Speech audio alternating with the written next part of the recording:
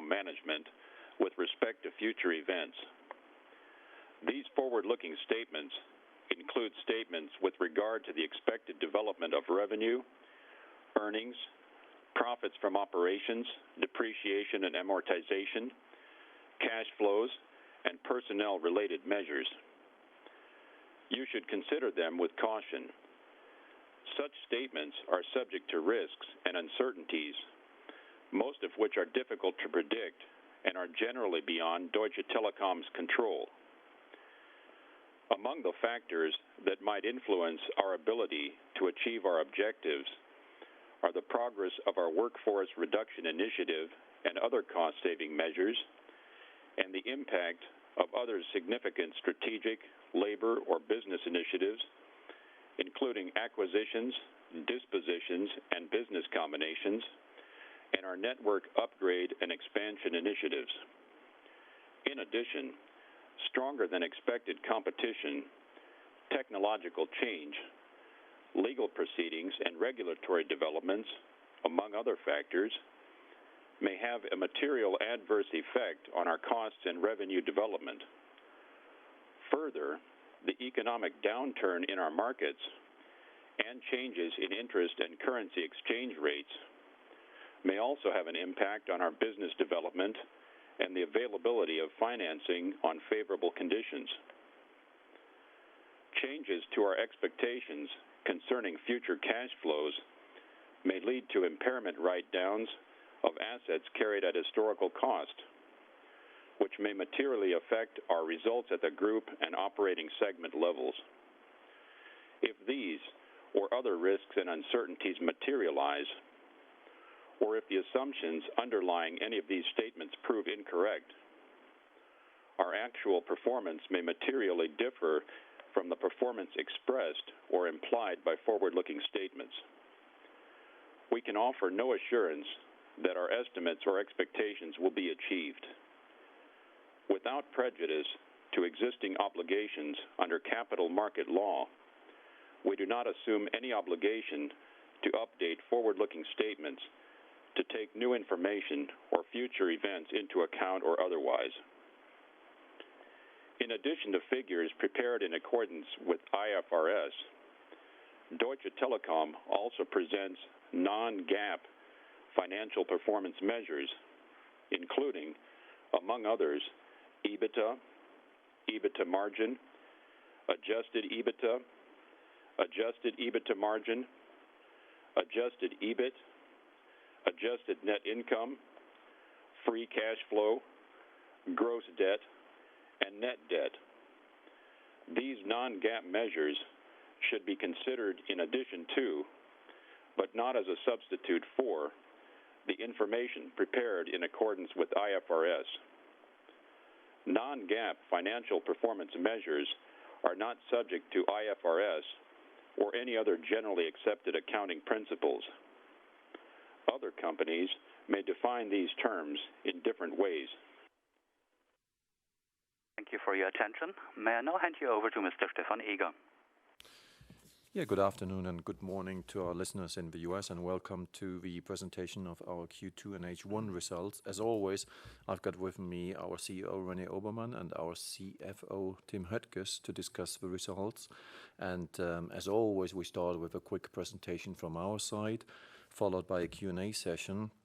Given the fact that we have to end sharply at 3 o'clock our time, I would urge you to restrict yourself to 1 or 2 questions per analyst. And specifically on US, you've got today 2 opportunities to discuss the US results with us, and later on with John Ledger and our CFO Braxton Carter in the US in about 3 hours. So that is plenty of opportunity to discuss the T-Mobile US results. Having said that, I would like to hand over to René for the presentation. Thanks, Stefan. Good afternoon, ladies and gentlemen. Good morning. The second quarter of 2013 at DT was marked by some significant and some encouraging developments. First of all, we are very satisfied with our operational performance and our customer numbers in the second quarter. Overall, we won almost 1.4 million new postpaid customers. 121,000 new TV customers, and 44,000 broadband net adds in our group in the second quarter. Our group revenue grew organically, i.e. without the impact of the new consolidation of PCS for 2 months and without currency effects by 2%. Let me repeat this. Organic revenue growth on a group level at 2%. The group EBITDA reflected the significant investment level into higher than expected customer growth in the United States, and I'll come to this in a second, at 4.4 billion. In Germany, we delivered rock-solid results. Operationally, we kept a good traction in mobile, winning over 434,000 new contract customers, of which 157,000 were own-branded, and in fixed line, with winning 126,000 fiber customers in retail and wholesale combined. Revenues for the segment Germany were down only by 0.8%. Underlying revenues, excluding regulation and changes in consolidation, was at minus 0.1%, so almost zero. This was mainly driven by a better performance in our mobile service revenues, where we returned, as promised, to an underlying growth of 1%, and that is well in contrast to our competition if you compare the recent results, well in contrast to Vodafone, who we overtook in the market leadership again. And let there be no mistake, we will continue to work on this market leadership. On the profitability side, we saw another solid quarter with EBITDA margin close to 41%. United States, the biggest turnaround here. After 16 consecutive quarters of branded contract customer losses, we are now proud to see this trend turned around significantly in the second quarter. Overall, we grew our customer base at T-Mobile US, and excluding the impact of the Metro PCS consolidation in Q2 by over 1.1 million, of which 688,000 were branded postpaid net adds. This is the result of great marketing, of our very successful launch of our Un-carrier strategy, of the iPhone in the US, and of course the better available network. The branded contract churn was reduced to a record low level of 1.6%. Revenues grew organically, i.e. without the impact of Metro PCS consolidation, by 12.5% in the quarter, and service revenue trends at T-Mobile US have also improved sequentially. This significantly stronger than expected customer intake, as well as the launch of our Un-carrier strategy and the iPhone launch, led to higher investments and an EBITDA decline of 10% in the quarter. Coming to Europe. In Europe, in a still tough economic environment, we again delivered very good customer numbers for our main growth areas. Almost 80,000 TV and 58,000 broadband net adds, and we improved significantly the mobile contract net adds performance from 72,000 in Q1 to 258,000 in Q2. Financials for the quarter were again heavily impacted by 2 times higher regulatory effects year on year, by a very tough economic and competitive environment, and wonderful special taxes. Nonetheless, trends, especially in revenues, improved versus Q1. And please remember that we deconsolidated Hellasat as of April 1st. Globul and Germanos Bulgaria will be deconsolidated as of August 1st. System Solutions. Operationally, our order entry was satisfying with a growth of more than 3% to 2 billion, almost on the same absolute level as in Q1. Total revenues declined predominantly due to lower internal revenues at Telekom IT, which declined by 30%. That's good on the one side because it saves us costs, IT costs. The market unit revenues so this unit where we deal with external customers, were slightly down by 2.3%, mostly due to deconsolidation of businesses which we sold, like T-Systems in Italy, and parts of the French business, as well as Forex effects. As in Q1, the financial performance was very positive, with a 24% increase in EBITDA and an increase of the EBIT margin from a low 1.1% last year to an improved 2.6% this year in Q2. A few brief remarks on our headline financials. Revenues and reported net profit grew again, both for Q2 as for H1 for the whole half year 2013. Let me stress this again. Revenue growth at a group level for a European telco. EBITDA and free cash flow were down year on year, mostly due to the significantly higher subscriber growth in the US and the launch of our Un-carrier strategy and the iPhone in Q2. And our net debt was basically stable year on year in Q2, despite the consolidation of the Metro PCS net debt. With that was my initial part, and I hand it over to Tim, and I look forward to discussing things in more detail with you. Tim? Thank you, René, and good morning, good afternoon to everybody. Let's start with Germany. As you could imagine, we are quite pleased with the operational and financial performance in the second quarter. Our revenues declined by just 0.8% year on year. That is half the rate of the first quarter. The underlying revenue decline, adjusting for the impact of regulation, changes in consolidation, and a negative one-time effect in our wholesale business, actually was only minus 0.1%. Main drivers of the revenue improvements were mobile revenues, growing at a rate of almost 4%, driven by an improvement in underlying service revenues and strong equipment revenues. The core fixed line revenues declined by 3.1%, in line with the trend of the previous quarter. Wholesale revenues at minus 8% year-on-year worsened versus Q1, mainly due to one-timers related to historical ULL fees billed to other operators of around 50 million and revenues related to previous quarters of 15 million. Adjusted for those, the operational revenue was down 4.5%. Adjusted furthermore for regulation, the underlying revenues were down by 2.9% year-on-year in that quarter. The adjusted EBITDA declined by 2.9% year-over-year, resulting in a strong margin of 40.6%. Main drivers here was the deliberate market invest of 122 million, mainly into our mobile business in Germany. In German fixed, we saw a satisfying quarter. In line with previous quarter, I would like to highlight the following things.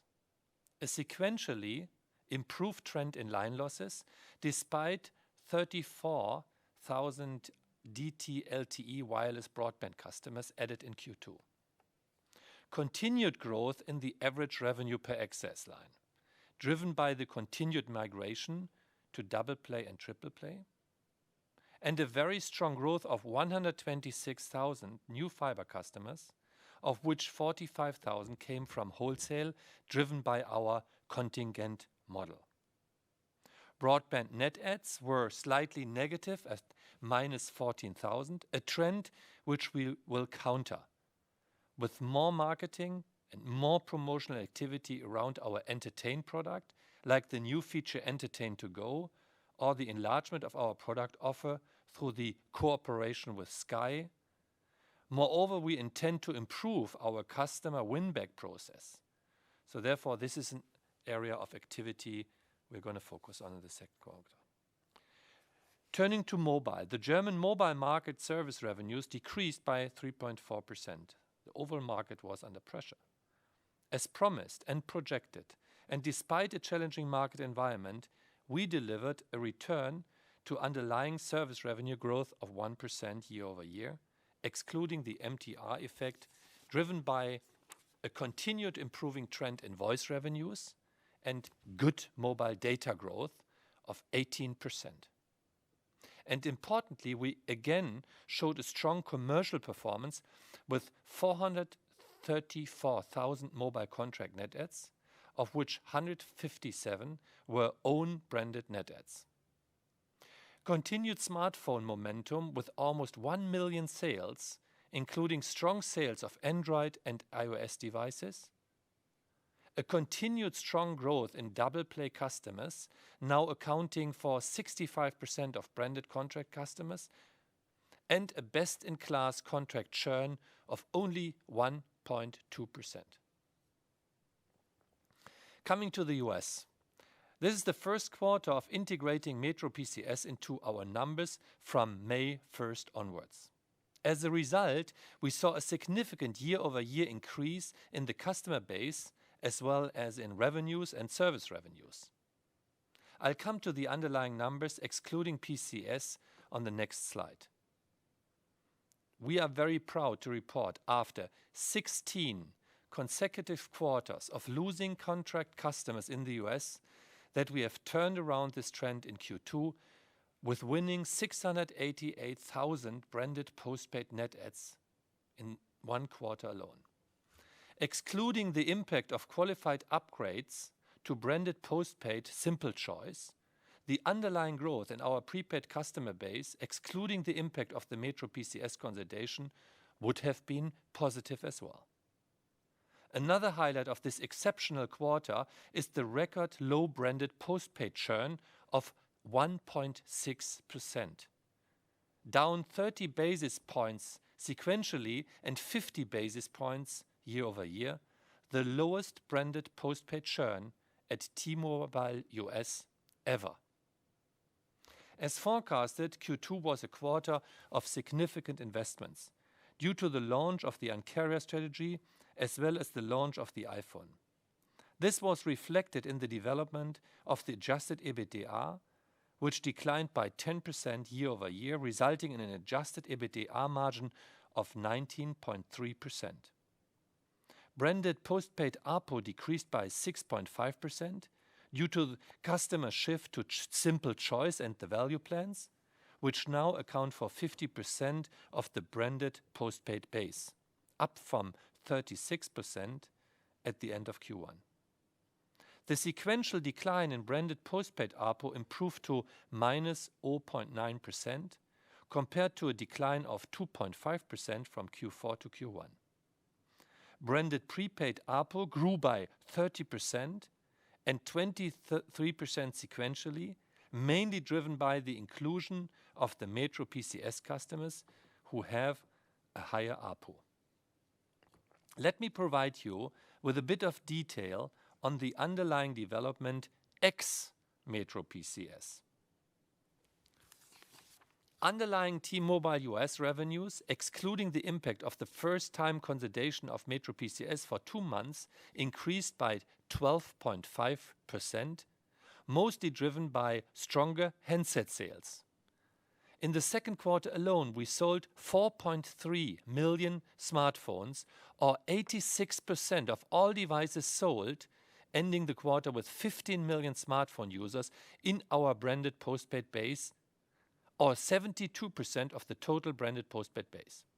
However, also the underlying service revenues saw a slight improving trend, declining by 8.3% versus 9.3% in Q1. This is a reflection of the better customer growth offsetting the impact from the continuing migration to Simple Choice and value plans.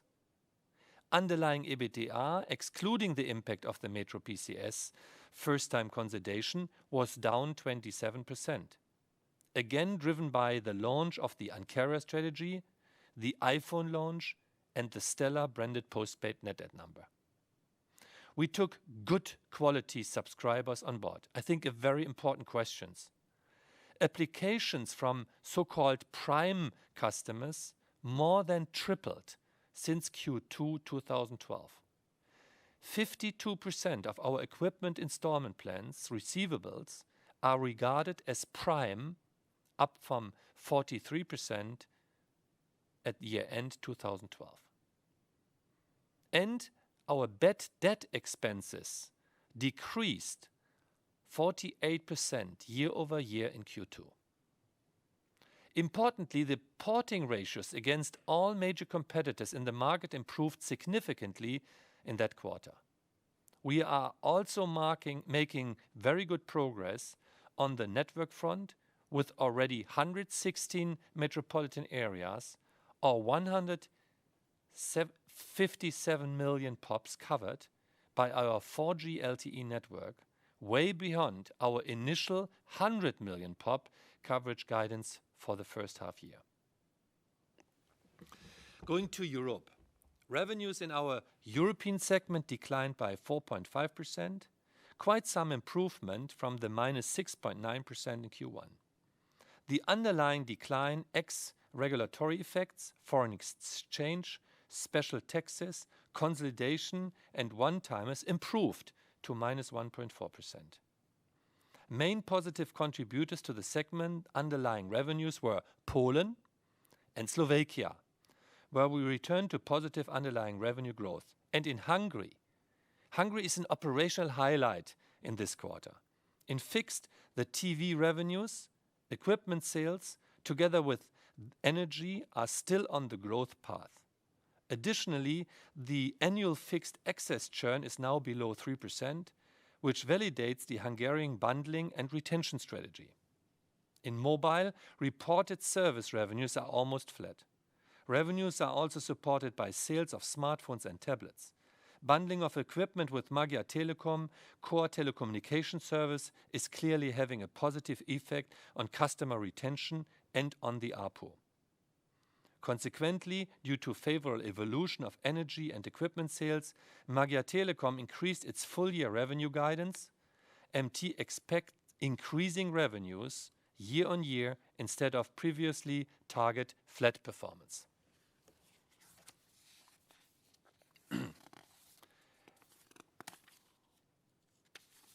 Still, the biggest negative impact for the European segment underlying revenues came from Greece.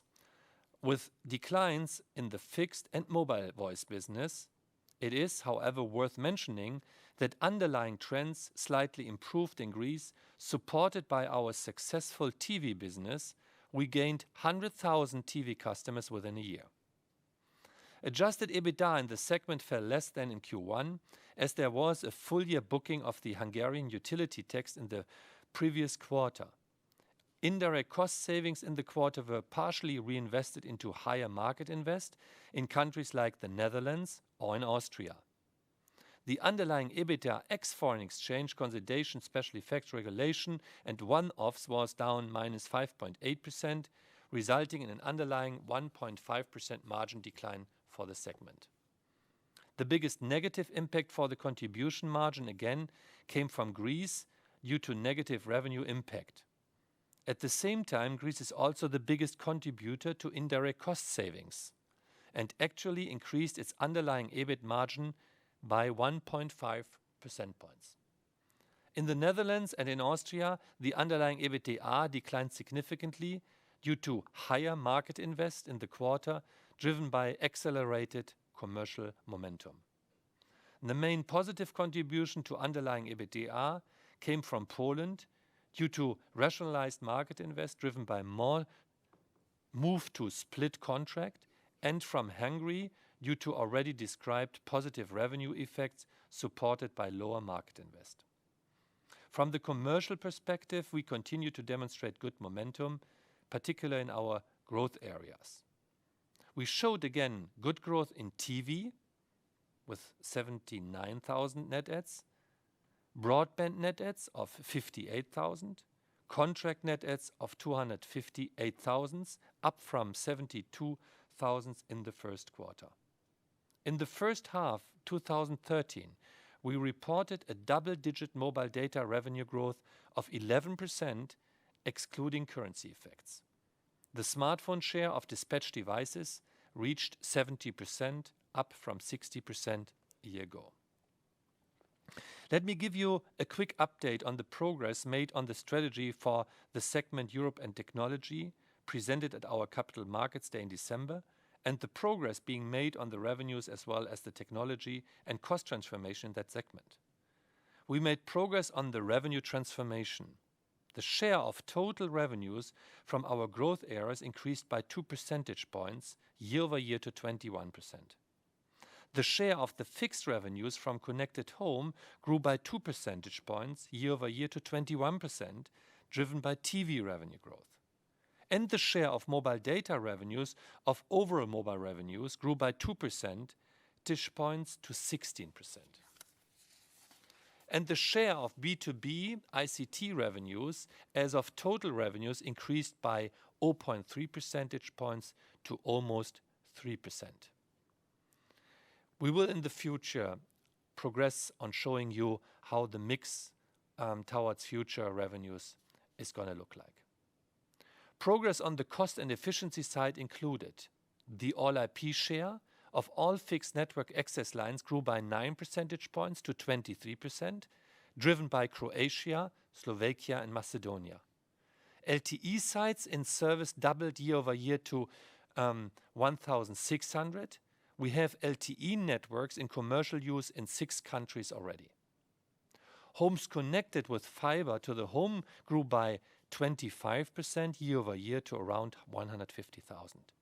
And the number of full-time employees was reduced by 3% year-over-year to below 57,000. Highlights of the recently reported EE first half-year numbers in the UK clearly showed that we're making good progress. A stable underlying service revenue performance, a significant adjusted EBITDA improvement with synergy savings on track. The 4G adoption rate has doubled and is driving strong high-value postpaid customer additions. We just surpassed the 800,000 customer mark. Excellent customer retention with the 9th consecutive quarter of postpaid churn at 1.2% or below. Encouraging signs of ARPU growth, and EE was officially ranked by RootMetrics independent benchmarking as best overall voice, text and data experience in 16 cities. Turning to System Solutions, Q2 results were quite satisfactory. The revenue decline of 8.6% was mainly driven by a 30% revenue decrease at Telekom IT.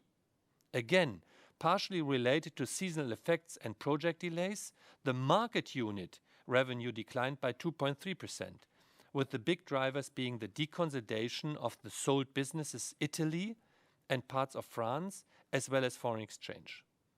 The underlying revenues of the market unit declined only by 0.4%. At Telekom IT, we expect an uptake in revenues again in the coming quarters.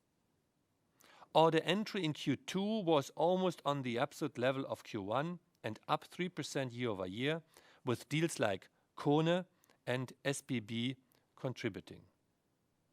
Adjusted EBITDA and adjusted EBIT showed a significant improvement, with the EBIT margin increasing to 2.6% in the quarter. Main drivers were here efficiency measures as well as the conclusion of the cost-intensive transition and transformation phase for some of our big deals, and at the EBIT level a lower depreciation as a result of a more efficient CapEx strategy. There's even a huge improvement from the cash flow contribution of this entity. Going to the free cash flow and the net income of the group. Starting with our financials and turning to free cash flow, actual free cash flow at 1.1 billion euros is down by 30% compared to last year's very strong second quarter. Main drivers here very clear. Cash generated from operation declined by 276 million in line with the EBITDA, as the working capital impact from the value plans in the US was offset by other working capital items. A CapEx, excluding spectrum, increase of 443 million, as expected and highlighted at our Q1 results, driven by T-Mobile US and seasonalities, which led to a lower Q1 CapEx. The adjusted net income decreased by only 1.5% year-over-year, despite the lower EBITDA, driven by lower depreciation due to a lower asset base in the US and the anticipated depreciation, the expiration of older parts of our infrastructure in Germany. Lower P&L taxes in the quarter were as well contributing. Compared to first half year 2012, we saw an encouraging 60 basis points increase in our group return on capital employed to 4.9%, driven by a 143 million euros improvement in our net operation profit after taxes, with the main driver being lower depreciation and amortization, net operating assets decreasing by 9.2 billion to 99.5 billion euros. The 150 million year-over-year reduction in D&A was also the major driver for the increase of our adjusted earnings per share by almost 12% year-over-year.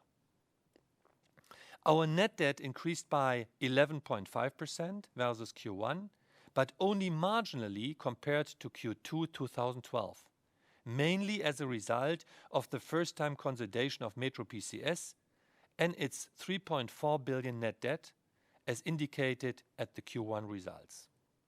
The normal seasonal increase versus Q1 is mainly a reflection of the dividend payment in Q2.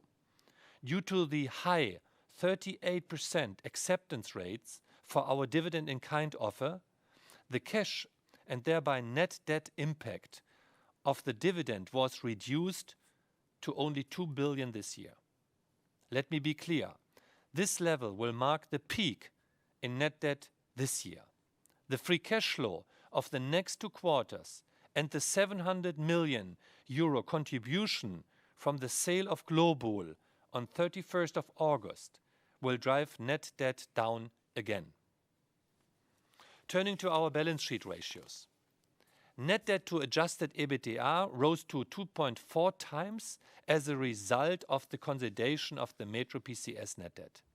The equity ratio reduction to 26.9% is predominantly the result from the increased asset base as a consequence of the Metro PCS consolidation. With regard to our comfort zone ratios, we are in the green with regard to all ratios, and our ratings remain stable at BBB+, with the major agency and stable outlooks. As a result, we continue to get excellent funding conditions in the debt capital market. As you know, we gave full year 2013 guidance under the theoretical assumption of including Metro PCS for the full year 2013 and promised at the Q1 results to update you on this today with Metro PCS included for 8 months. The outlook with respect to the EBITDA and operating free cash flow contribution of all segments except T-Mobile US remains completely unchanged. To say that again, there is no change to any business except the US. The full year 2013 guidance adjustment, therefore, is solely the result of the active and entrepreneurial decision of the T-Mobile US board to invest into significant and valuable subscriber growth for the rest of the year, as shown on the charts on T-Mobile US. Contrary to our initial expectation at the beginning of the year, our T-Mobile US management now expects between 1 to 1.2 million branded postpaid net adds for the full year. This is a tremendous opportunity to create value for our T-Mobile US and DT shareholders, which is why T-Mobile US is investing significant resources into the organic Un-carrier strategy and winning new branded postpaid customers, and the rapid expansion of the Metro brand in now 15 T-Mobile markets in the US. As a result, the new guidance of T-Mobile US for full year 2013, including Metro PCS, for 8 months under US GAAP is an EBITDA of $4.7 to $4.9 billion. This is under US GAAP, translating into $4.8 to $5 billion under IFRS. A cash capex of $4 billion to $4.2 billion under US GAAP. The new resulting group guidance, including Metro PCS for 8 months, is EBITDA of around 17.5 billion euros, roughly in line with the current analyst consensus. EBITDA for the group ex T-Mobile US of around 13.7 billion euros, and for T-Mobile US under IFRS 4.8 to $5 billion, which translates into 3.7 to 3.8 billion euros. Free cash flow of around 4.5 billion euros, bang in line with the current analyst consensus. Worth noting is that guidance of today is based on $1.30 exchange rate versus the US dollar, €1.30 exchange rate versus the US dollar, rather than 1.27 as before. With this, René and I are now ready for your questions. Thank you very much, Tim, and we'll start now with the Q&A part. If you'd like to ask a question, please press star 1 on your touchtone telephone. The operator will announce your name, and when it's your turn to ask a question. Should you require to cancel your questions, just please press the pound sign. With that, I think we'll start with the first question, and please restrict yourself to 1 or 2 questions in order to get a couple of people through the line. Our first questioner is Mr. Polo Tang at UBS. Mr. Tang, your question, please. Thanks for taking the questions. Just first of all, on the US, you've guided towards 1 to 1.2 million postpaid net adds for this year, but do you think that this level of net adds is sustainable going forward, and is there a risk that AT&T and Sprint start fighting back? And just related to the US, can you quantify how many prepaid subscribers were upgraded to postpaid in the quarter? So that's the first question. And the second question is, can you maybe just give us your thoughts on the TEF Deutschland and E-Plus merger, and what are the implications for Deutsche Telekom, and how do you see the German mobile market developing over the coming quarters? Thanks.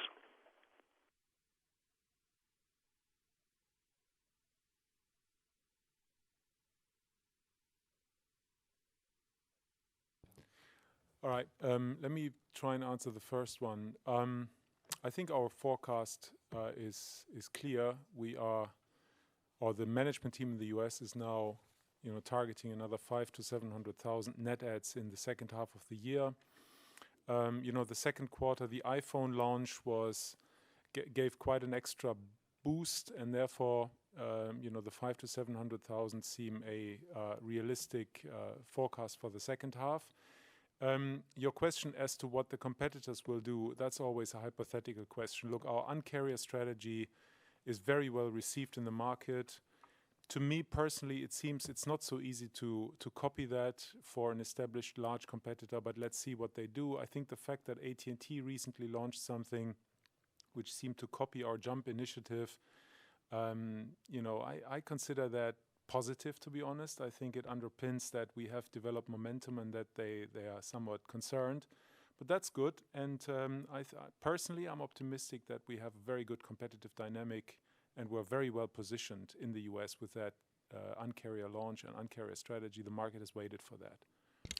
Paulo, the second question with respect to the upgrade to postpaid in the US is a question which you may direct personally to John and Braxton later on. But what we can say is the minus 10,000 reported prepaid customers would have been underlying slightly positive if we would include the upgrade to postpaid. The third question with regard to the German mobile market, We saw the German mobile market shrinking in the second quarter by 3.5%, and we saw our competitors with shrinkages of -5 and even more.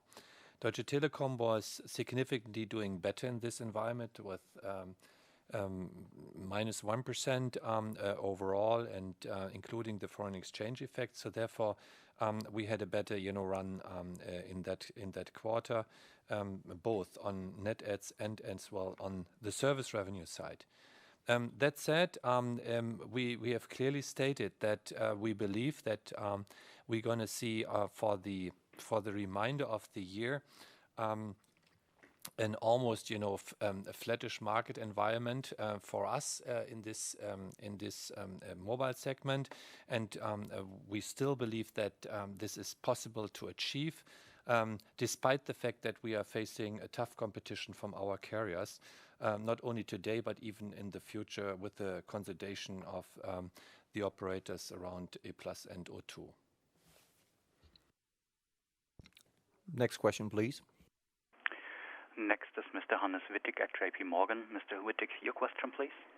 Yeah, good afternoon. First, congratulations on a good turnaround in the United States. And my question relates to the ways you have managed the working capital impact. You have talked about mitigating the negative working capital in the U.S.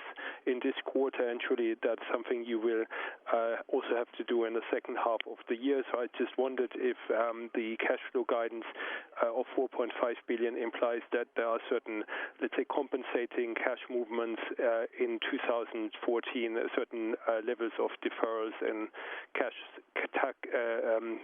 working capital or CapEx spending. Thank you. Hannes, let me answer that question. Let me start to translate what the impact from the EBITDA is into the free cash flow first. Our new guidance is reducing the EBITDA by $600 million. Where the $600 million are coming from? I would say 350 million is coming from additional growth, which we foresee for the second half of the year. 150 million is retentions, which are in this market environment, and the remainder is for our Apollo 15 program, which is, let's say, the extension of Metro's brand into new markets throughout the year and the prepaid growth. This 600 million translates into the free cash flow statements. From this 600 million, we have on the other side a compensating effect, which is 600 million less capex into the integration of Metro PCS and T-Mobile, which is coming at a lower cost than originally expected, and into investments into the infrastructure, of which we have already seen more of investments in the first half of the year. So there is a compensation effect of 600 million on the capex side, and the 600 million negative deviation to our original guidance is coming from working capital effects, which are due to the EIP, so the value plans on our growth side. Hannes, does that answer your question? Would be just quickly interested how you mitigated, for instance, in this quarter where you had a 400 million euro working capital drag in the United States, but it didn't show in your free cash flow. So maybe you can just say how you're doing it.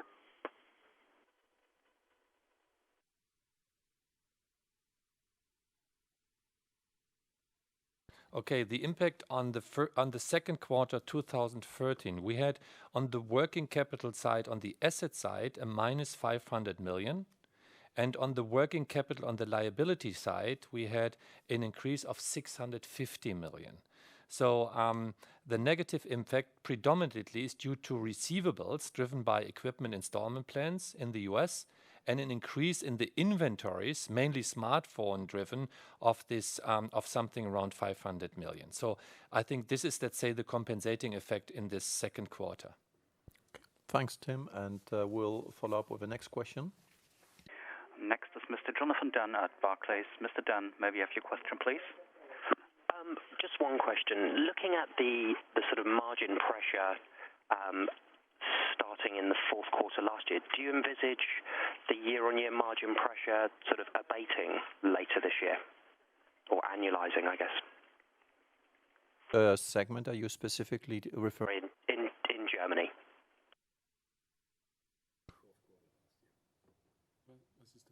Well, I think we don't see any margin pressure, to be honest. We always said we'll be around 40% with Germany. That's also the capital markets guidance. Obviously, year over year, if you compare Q2 2012 with Q2 2013, we've got a slight dip of 1 percentage point in margin. But however, let's be crystal clear, that is a deliberate decision on our side to invest into the market, which is the market invest of 122 million we just talked about, and we saw the results of that. So we had way more contract net adds than our competition. I think we're taking market share, we're winning valuable customers, and that is reflected in superior service revenue growth. So I would not talk about German margin pressure, to be honest. By the way, what you might say is we have seen a price competition on our double play offers in the mobile market, and that was maybe the topic of the fourth quarter last year. Yes, we had to react on the markets. There were even aggressive attempts from Vodafone with their price reductions on the red side. We have reacted on that one. We had a new tariff grid which we launched at the beginning of this year in Germany. When it comes to margin as an EBITDA margin, it was always mentioned that we are going to reduce our indirect costs. We have a huge program which is called Lean Admin, which we have laid out in the second quarter here in the German operation, which is supporting that. We have reduced our headcount by almost 1,000 people already until now in Germany. So therefore, I think we always have to react on the cost side on competitive offers from competitors. And therefore, so far we were able to compensate this, and you have seen that even in the margins of the German business throughout the last quarters. It was 41.9%, it was 41%, it was one quarter 37%, 45%, 40.6%. So we are doing everything over the last quarters to keep the margin around 40%.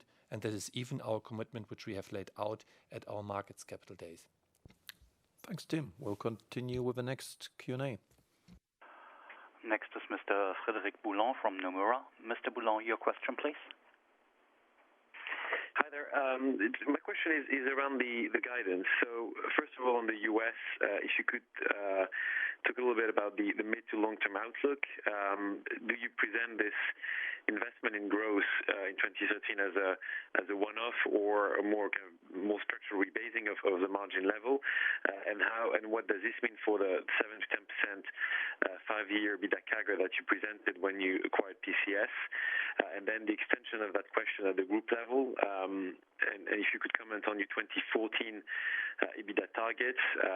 Should we just look at that from a lower base or from the initial starting point? And likewise, do you confirm the free cash flow guidance of 6 billion for 2015, or is this something you will also need to rebase after today? Thank you very much. Fred, thanks for the question, but we're not rebasing anything as of today. We are right now starting with our planning process for the years 2014 and beyond. We have updated you now due to a significant growth opportunity in the US for the year 2013.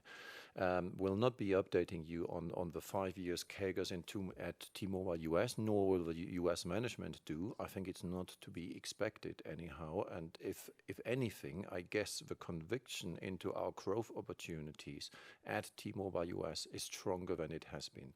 And first of all, I would like to mention as well, you guys didn't even believe the growth rates that we set out. So if you would digest those over time, then we can speak about an update on that. And on the group target levels with respect to free cash flow 2015, please bear in mind we'll be entering now in our planning period. We'll be updating you on the years 2014 with our Q4 results as always in end of February. Next question, please. Next is Ulrich Rate at Jefferies. Mr. Rate, your question, please.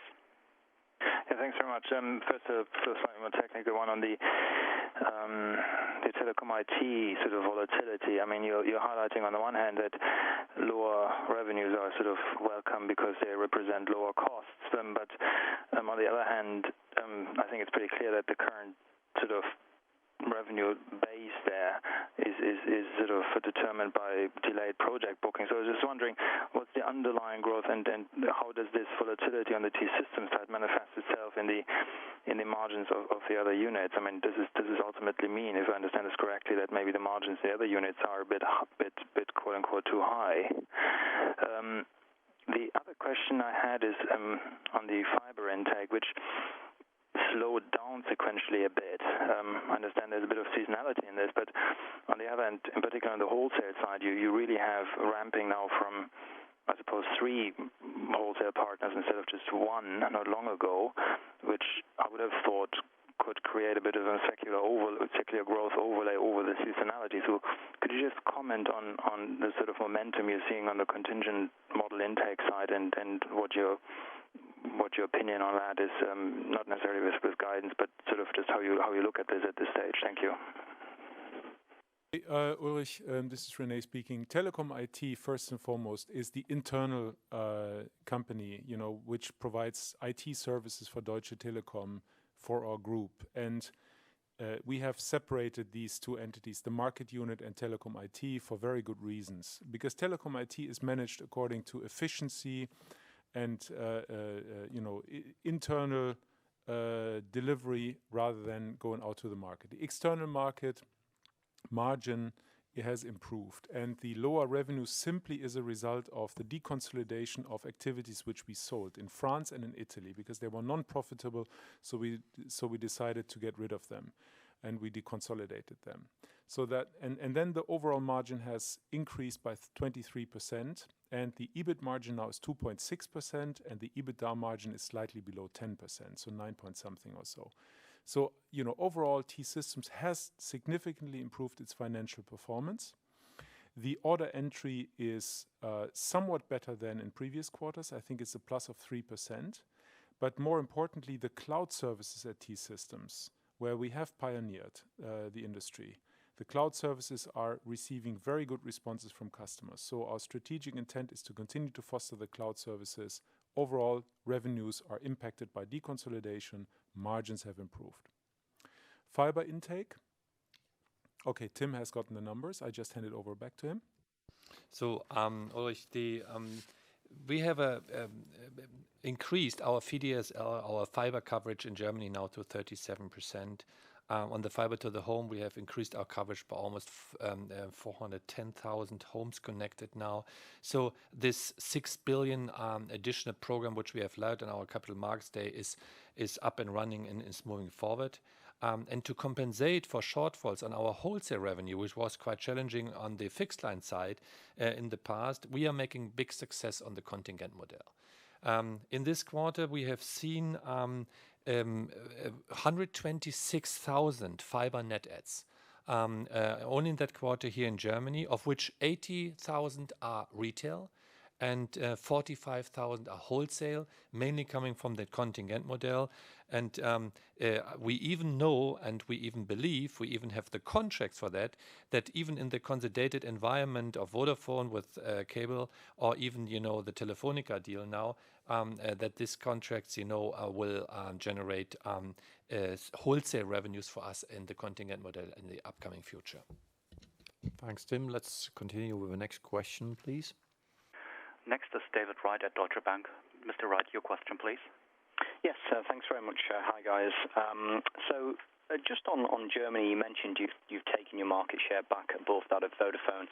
It does sound like you've kind of maybe taking a little bit of a tougher stance now and saying that you're not really willing to let that happen again. So if you could just sort of comment on a little bit more defiance there. And then, we have had these two major events since I think we last spoke on a results call, which is the Telefonica Deutschland and KPN deal and Vodafone and Kabel Deutschland deal. Maybe just one or two quick words on how you think, if they were to go ahead, they could possibly change the way the market operates. Thanks. Okay, it's nothing new, actually, David, because we we had always had a small lead over Vodafone, and we always wanted to defend that lead. And then Vodafone 2 years ago or so got in ahead of us in terms of revenue market share slightly. And I always believed that, you know, we should pursue a strategy based on network and on service quality and based on strong brand and customer trust. And so somewhat conservative approach to it. And as a result of this very quality-driven strategy, we should, defend our premium position in the market as the market leader. That is a position we've obtained now, or re-obtained, and we are willing to defend. Of course, we are, rational people, so we are willing to defend that position. We will continue on the service quality, on the network quality, where we have a significant lead. If you read all the reports in Germany, from critical consumer surveys to the media and drive tests and so forth, you will get a very clear picture, and that is Deutsche Telekom has by far the best network, and that is a big asset for us. So we are not going to throw money in the market and waste money. We are basing our our leadership based on service quality, on network quality, on a strong brand and so forth. It's very much substantiated, I believe, and we will continue that approach. Nothing new.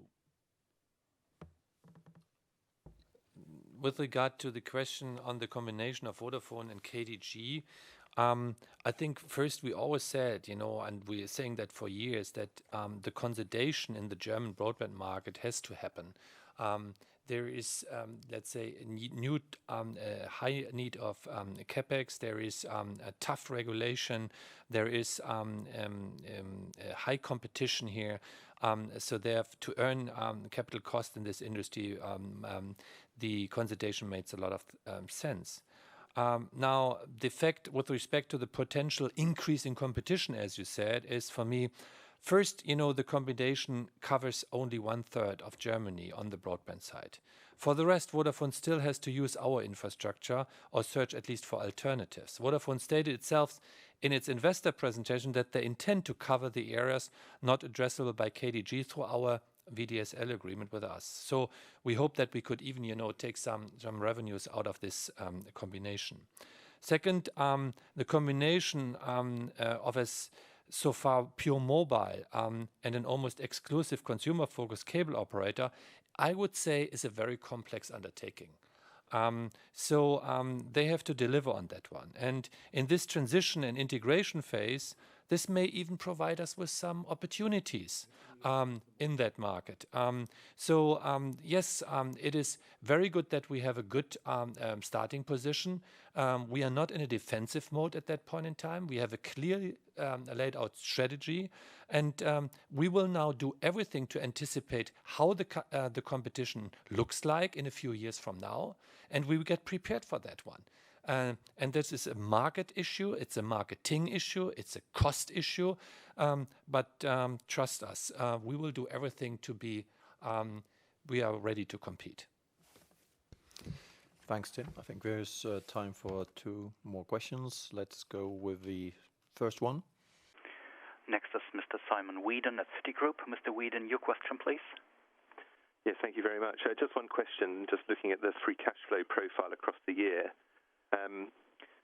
You delivered, I think, a little bit more than 2.1 billion in the first half.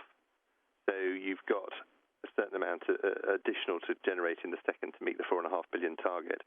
And I just wondered, given the iPhone arrived in the US more than halfway through the first half, consequently you're likely to see, a continued high rate of subsidy commitment in the States for the whole of the second half. What other big moving items are there to enable us to complete that bridge between the first and second half free cash flow? Thank you. I'll start, and then Tim maybe joining in on there. First of all, as you're rightly saying, we're around about at 2.2 for the first half. The guidance is around 4.5, so there's another 2.3 to go.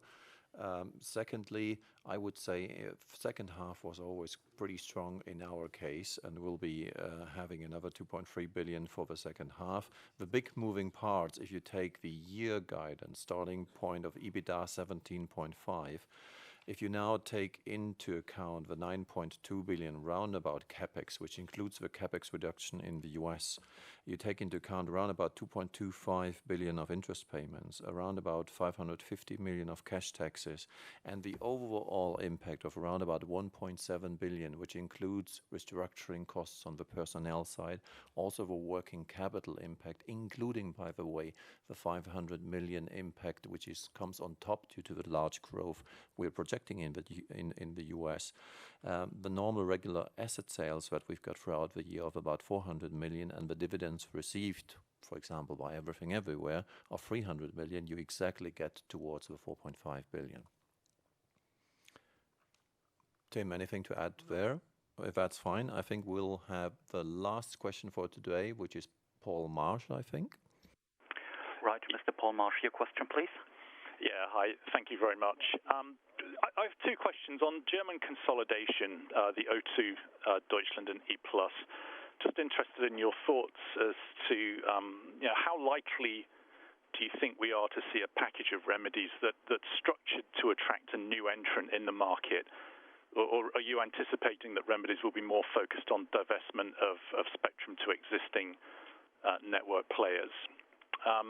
And then on the second question, just where are you now in terms of thoughts on the US asset in the portfolio? In the past, you've indicated a desire to exit the US. AT&T is obviously out of the picture. Sprint is occupied. How are you actually looking at that US asset now, given the turnaround that's obviously starting to come through quite nicely now? Could we see Deutsche Telekom remaining here as a major shareholder into the long term? Paul, it's René speaking. Consolidation in Germany, E+ and O2. First of all, I think it's fair to say it has merits for the market, but it also has some, difficult questions related to spectrum. So I cannot speculate on what the remedies will look like and whether or not the regulator dreams of establishing yet another player. I personally would think that would be stupid, but that's my only very personal opinion, and I, to be honest, I shouldn't assume that would happen. But anyway, you never know. I think it should be more spectrum orientated, because the spectrum situation as a result of that merger would look rather asymmetrical. There is an amassment of spectrum beyond 1,000, so beyond 1 megahertz. I'm sorry, I have a blackout. There's a spectrum beyond 1,000 megahertz, and 1 gigahertz, 1.8. Sorry, there's spectrum beyond a gigahertz. Now I'm back. Which is there's too much spectrum then in their hands, so there should be some reallocation of the spectrum, and we would demand a level playing field for all players in the industry. But whatever the outcome is, I think it will be related to spectrum. US in our portfolio, very clear. We are very happy to have regained the momentum. We have established a great marketing strategy that is well received in the market, and our focus really is on winning and on making the company successful. And other than that, I will not nourish any speculation, as you can imagine. Thanks, René. The conference call is about to end. Should you still have further questions, we kindly ask you to contact me or my colleagues at the IR department. With that, thanks very much for listening in. Have fun with John and the team on the T-Mobile US call, and speak to you the latest in November. Cheers. Bye. We'd like to thank you for participating at this conference. The recording of this conference will be available for the next 7 days by dialing Germany 491805 2043 089 via reference number 444926 and the pound sign. I repeat, Germany 491805 2043 089 via reference number 444926 and the pound sign. We are looking forward to hear from you again. Thank you and goodbye.